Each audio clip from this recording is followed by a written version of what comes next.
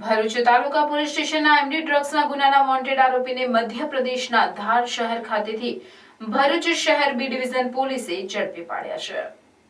ભરૂચ તાલુકા પોલીસે તારીખ 6 નવેમ્બરના રોજ દિલ્હી મુંબઈ એક્સપ્રેસ હાઈવે પર કારમાંથી 18 લાખનું ડ્રગ્સ ઝડપી પાડી 3 આરોપીઓની અટકાયત કરી હતી। આરોપી અકરમ મંસૂરીને વોન્ટેડ જાહેર કરવામાં આવ્યો હતો। એનડીપીએસ હેઠળ આ ગુનાને નોંધી તેની તપાસ B division police inspector SD ફુલતરિયાને સોંપવામાં આવી હતી,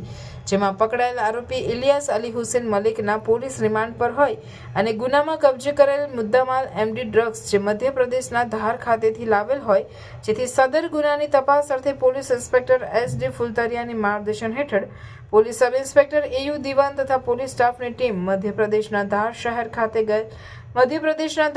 ખાતે ગયેલ ટીમ દ્વારા પકડાયેલ આરોપી ઇલિયાસ મલિકને સાથે રાખી ઇન્દિરા કોલોની બસ સ્ટેન્ડ ખાતે જઈ તપાસ કરતા ડ્રગ્સનો જથ્થો આપનાર ઈસમ અકરમ ઉર્ફે ગોલુ મંસૂરી હાજર મળી આવતા તેની અટક કરી ભરૂચ લાવી આગળની કાયદેસરની કાર્યવાહી હાથ ધરવામાં આવેલ છે।